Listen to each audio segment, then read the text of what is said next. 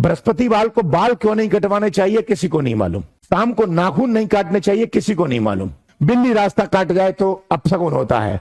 जब सुबह अच्छा कोई काम करने जाओ मतलब तो उसमें मम्मी कहती है कहीं भीगे जाओ। लेकिन इसका लॉजिक किसी को नहीं पता कि ऐसा क्यों है। अब मैं पूछ रहा हूं अगर लॉजिक नहीं पता तो काहे कर रहे हो रे? तो पता है सब क्या कहते हैं? इसलिए कहते कर रहे हैं क्योंकि हमको हमारे मम्मी पापा ने बताया था और मम्मी पापा को मम्मी पापा के मम्मी पापा दादा दादी उनके दादा दादी ने बताया, तो ये परंपरा चली आ रही है।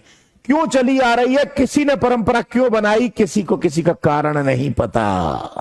अब अगर आप कहें तो मैं एक एग्जाम्पल के माध्यम से समझा सकता हूं। सिर्फ एक ही एग्जाम्पल दूंगा कि परंपराएं भारत में क्यों चल रही हैं। परंपराएं भारत में क्यों चल रही हैं, एक ही एग्जाम्पल में सारी चीजें क्लियर होगा हो जाएंगी। बताऊं कि नहीं? एक आध बच्चा कह रहा है कि मैं अपने पापा की डांट की वजह से मानता हूं परंपराएं। देखिए चलिए मैं एक एग्जाम्पल देता हूं, सुनो। भारत में बहुत सारे लोग परंपराओं का पालन करते हैं, क्यों करते हैं किसी को नहीं मालूम। इसके पीछे एक कहानी सुनाता हूं तुमको। एक बार की बात होती है, एक गांव में एक अंधा व्यक्ति रहता है, ठीक है, और उसकी उम्र करीब रही होगी 20-25 साल के आसपास। उसकी दोनों आंखें खराब थी, उसे दिखाई नहीं देता था। अब उसकी शादी भी नहीं हो रही थी, तो गांव वालों को उस पर तरस आ गया कि यार 25 साल की उम्र है, इसकी शादी नहीं हो रही है, इसकी शादी हो जाए तो इसकी जिंदगी कट जाएगी, कम से कम किसके सहारे जिंदगी काटेगा। तो ऐसे ही कम से कम 5-6-7 गांव छोड़कर एक अंधी लड़की रहती थी। तो गांव वालों ने कोशिश करी और गांव वालों ने देखा कि उस अंधी लड़की की भी शादी नहीं हो रही है और इस गांव में इस अंधे लड़के की भी शादी नहीं हो रही है। तो गांव वालों ने दोनों परिवारों में बात चलाई। इस लड़के का तो कोई परिवार में था ही नहीं, अकेला था बेचारा, है ना।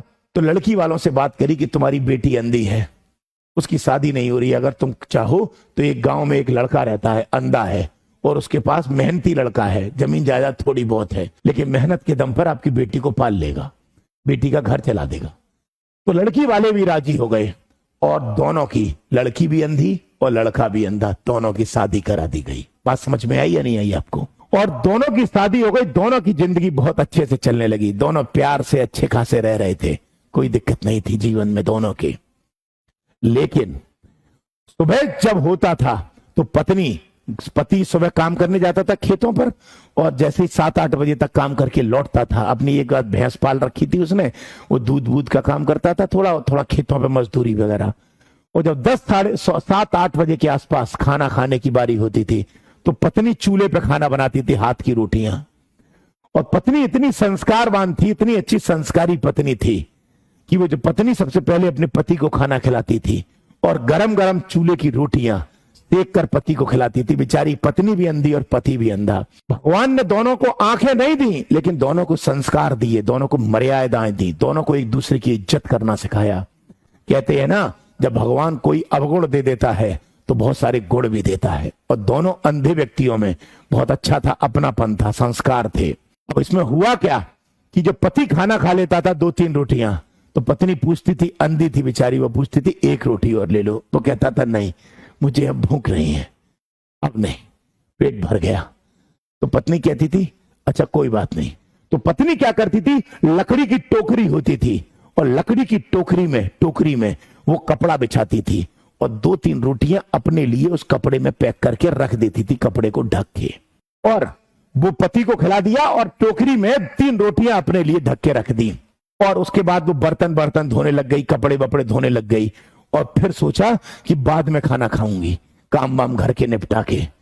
अब क्या हुआ, घर में बगल में खिड़की थी, उस खिड़की से एक बिल्ली आई। बिल्ली म्याऊं म्याऊं करती है, तो बिल्ली आई। अब जो जानवर होता है, जानवर में सूंघने की क्षमता अच्छी होती है। बिल्ली ने वो जो टोकरी थी, टोकरी में 2-3 रोटी रखी थी, उन 2-3 रोटी का कपड़ा हटाया और बिल्ली ने 2 रोटी खींच ली अपने मुंह से और 2 रोटी निकाल के ले गई। अब जब पत्नी जब फ्री हुई अपने काम से तो खाना खाने बैठी और जब खाना खाने बैठी तो टोकरी सामने रखी और सब्जी रखी। देखी तो टोकरी में केवल 1 ही रोटी थी, 2 रोटी नहीं थी। तो उसने सोचा मेरे पति को भूख लग गई होगी इसलिए उन्होंने खा ली। इतनी संस्कारवान पत्नी थी कि पत्नी से जवाब नहीं, पति से पूछा नहीं कि ये जी आपने रोटी खाई है क्या, नहीं, क्योंकि संस्कार थे। उसने कहा पति है मेरा, कोई बात नहीं, भूख लगी तो खा लिया, क्या हो गया, मैं आज 1 ही रोटी से पेट भर लूंगी, मैं आज 1 ही रोटी से पेट भर लूंगी। उसने 1 रोटी खाई और पानी पी लिया और पेट भर गया। अगले दिन फिर पति को खाना खिलाया और अपने लिए 3 रोटी फिर पैक करके रखी। और फिर अगले दिन बिल्ली आई और बिल्ली ने फिर 2 रोटी निकाल ली। पत्नी ने फिर काम किया, झाड़ू पोंछा, बर्तन बर्तन कपड़े लगते और फिर खाना खाने बैठी तो फिर 2 रोटियां गायब थी। पत्नी ने जैसे ही खाना खाए देखा तो 1 रोटी। पत्नी ने कहा मेरे पति को फिर भूख लगी है। उन्होंने फिर 2 रोटी खा ली। लेकिन पत्नी संस्कारवान थी। आजकल की पत्नियों जैसी नहीं थी कि पहले ठूंस ले और फिर बाद में पति को खिलाए। नहीं, पहले पति को खिलाती थी वो, फिर खाती थी और पति से मुंह नहीं चलाती थी। आजकल की पत्नियां मुंह कम चलाती हैं, लठ ज्यादा चलाती हैं, बेलना चलाती हैं, चिमटा चलाती हैं। भैया अगर कोई पत्नी देख रही हो तो भैया माफ कर देना यार मुझे, यार मैं नहीं चाहता कि आपके लठ का शिकार मैं बनूं। तो अब क्या हुआ, ऐसे में उसने फिर 1 रोटी खा के पानी पी लिया और पेट भर लिया। कोई बात नहीं, लेकिन उसने पति से नहीं पूछा। क्यों? क्योंकि उसने कहा मेरा ही तो पति है, खा लिया तो खा लिया। अगले दिन पति फिर रोटी खा रहा था और पति जब रोटी खा रहा था तो पत्नी ने 3 रोटी तो पति को खिला दी। फिर पत्नी कहती 1 रोटी और ले लो जी। वो कहता है नहीं अब भूख नहीं है। पत्नी ने मन ही मन कहा आप बाद में खाते हो, मुझे मालूम है आपको भूख तो लगती है। मन में कहा, लेकिन उसने सोचा कैसे बोलूं पति को। तो उसने कहा जी आप 1 रोटी मेरी खातिर ले लो। उसने कहा नहीं, आप तो जानती हो कि मुझे अब भूख नहीं लगती है, मैं सीधे शाम को ही खाना खाऊंगा। पत्नी के दिमाग में क्लिक करा कि ये कह रहे हैं मैं अब सीधे शाम को खाना खाऊंगा, लेकिन जब मैं काम करके फ्री होती हूं तो मेरी 2 रोटियां कहां जाती हैं। तो वो उस दिन पति से बोल ही देती है जी आपको भूख लगती होगी ना, आप मुझे बताते नहीं होगे। वो कहता है नहीं मुझे भूख ही नहीं लगती, मैं तुमसे क्यों छुपाऊंगा। तब पत्नी मन में अपने बात को दबाती नहीं है, पूछ ही लेती है जी जब मैं अपने लिए 3 रोटी इस टोकरी में पैक करके रखती हूं तो उसमें से 2 रोटी गायब हो जाती हैं, तो मुझे लगता है कि वो आपको भूख लगती है, आप खा लेते हो। पति कहता है मैं नहीं खाता। तो पत्नी कहती है फिर वो 2 रोटी कौन ले जाता है, हमारे घर में तो कोई तीसरा मेंबर भी नहीं है। तब पति दिमाग दौड़ाता है। पति कहता है अच्छा, तभी मैं कहूं पिछले 10-12 दिन से जब तुम कपड़े धो रही होती हो तो खिड़की में बिल्ली म्याऊं म्याऊं म्याऊं करती है। पति कहता है अच्छा, वो रोटी बिल्ली चुरा ले जाती है। अब पति कहता है अब तुम टेंशन मत लो, अब मैं तुम्हारी रोटी बचाऊंगा। और पति क्या करता है, पहले रोटी खा लेता है, पत्नी की रोटी टोकरी में पैक हो जाती है और पत्नी जो होती है कपड़े धो रही होती है वहां पर। और पति क्या करता है, क्योंकि अंधा होता है वो, तो पति बिल्कुल घर की चौखट पर बैठ जाता है जहां से बिल्ली निकल के जाती है। और पति एक हाथ में एक लकड़ी का पट्टा ले लेता है, पीटना मान लो पीटना, और चौखट पर बैठ के ऐसे ऐसे करता है। दिखाई तो देता नहीं है उसको, तो ऐसे ऐसे करता है।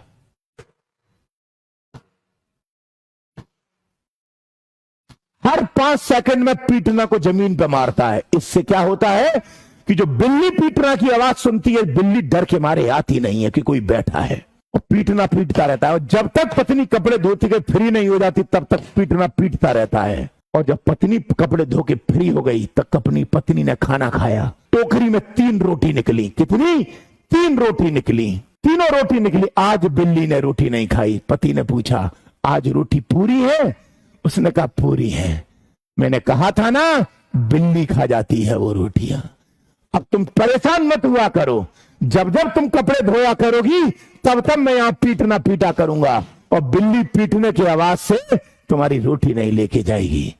अब महीना गुजर गया, 2 महीना गुजर गया, 3 महीना गुजर गया। वो पत्नी उधर कपड़े धोती है और पति यहां पर पीटता है। और धीरे धीरे करके पत्नी की रोटी को बचाने के लिए पति पीटने लग गया। अब भगवान ने उस पत्नी की गोद भर दी। 9 महीने बाद बेटा पैदा, और भगवान ने बेटे को दोनों आंखें दे दी। 2 आंखें दी भगवान ने।